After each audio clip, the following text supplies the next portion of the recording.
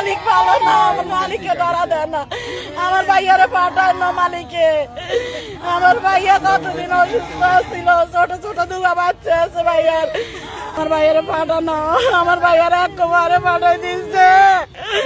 ও ভাইয়ারে, ও ভাইয়ারে, আমার আদরের ভাই কেড়ে নিল রে। আমার ছোট ছোট ভাই খেলে মেয়ের কি উপায় হবে গো, কে দেখবো রে? ও আল্লাহ, ও আল্লাহ। মানুষ জন্ম নিলে মরতে হবে, এটাই সত্যি। এই সত্যিটা সবাই মানে, সবাই জানে, কিন্তু মানতে চায় না, কারণ মৃত্যুকে খুবই ভয়। আজ কুয়েতে থেকে বাংলাদেশে 30টা লাশ গেছে প্রায় 2 মাস অপেক্ষার পর।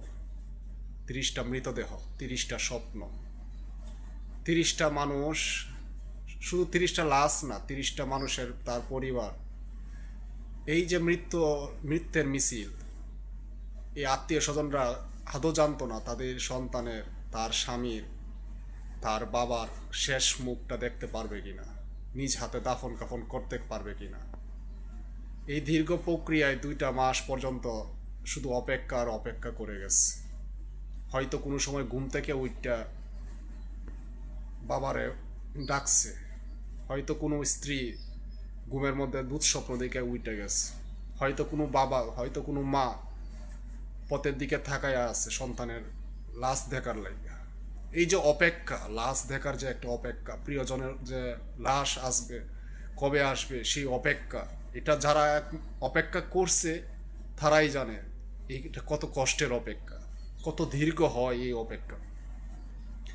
অত্যন্ত ধন্যবাদ কুয়েত এবং বাংলাদেশ সরকারকে, দেরিতে হলেও, সাময়িক পরিস্থিতির কারণে দেরিতে হলেও এই মৃতদেহগুলো তার আত্মীয়দের মাঝে পৌঁছায়া দেওয়ার জন্য।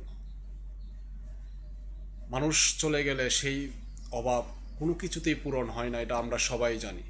কিন্তু আমরা প্রবাসীরা এত বছর ধরে দেশকে সার্ভিস দেই, নিজের পরিবারকে সার্ভিস দেই, নিজের ঘাম পায়ে ফেলে ভিন্ন দেশে ভিন্ন পরিস্থিতিতে তাইকা কঠোর পরিশ্রম কইরা দেশের রেমিটেন্সে যেই প্রভাব ফেলি, দেশের রেমিটেন্সে বৃদ্ধিতে যেই সহায়তা করি, সরকার আমাদেরকে কি দেয়? শুধু লাশটা দেশে পৌঁছায় দেওয়াটা, অনেক সময় লাশও দেশে পৌঁছায় না। সরকার কি আমাদের একটা ইন্স্যুরেন্স করতে পারে না? প্রয়োজনে আমাদের কাছ থেকে প্রতি মাসে যেই টাকা পাঠায় ব্যাংকে, সেখান থেকে কিছু টাকা খাইটা রাখুক। যদি আমাদের সরকার, আমরা মারা যাই, যেন আমাদের পরিবারকে একটা সাপোর্ট দেয়। এই সাপোর্টটা কি আমরা প্রাপ্য নয়? সরকার আসে, সরকার যায়, কিন্তু আমাদের প্রবাসীদের কথা কয়জনই বা চিন্তা করে বলেন? আজকে সরকার যদি আমাদেরকে একটা ইনস্যুর করতো যে আমরা মারা গেলে, প্রবাসে মারা গেলে, কর্মরত অবস্থায় মারা গেলে আমার পরিবারকে একটা আর্থিক নিশ্চয়তা দেওয়া হবে, তাহলে আমাদের মনের মধ্যে আরেকটু সাহস হতো, আরেকটু কাজ করার ভালো লাগতো।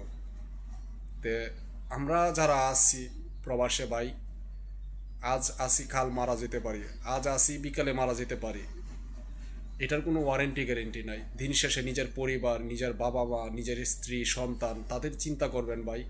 প্রবাসী এসে আপনার শুধু কাজ করলেই হবে না, তাদের একটা নিশ্চিত ভবিষ্যতে চিন্তা করবেন।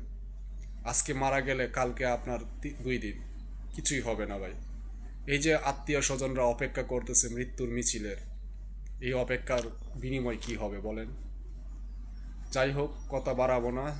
আমার কথাগুলো যদি ভালো লাগে তাহলে শেয়ার করবেন, আর যদি কিছু মতামত থাকে সেটাও জানাবেন। আসসালামু আলাইকুম। অর্ধশিক্ষিত প্রবাসী কুয়েত থেকে, ভালো থাকেন সবাই।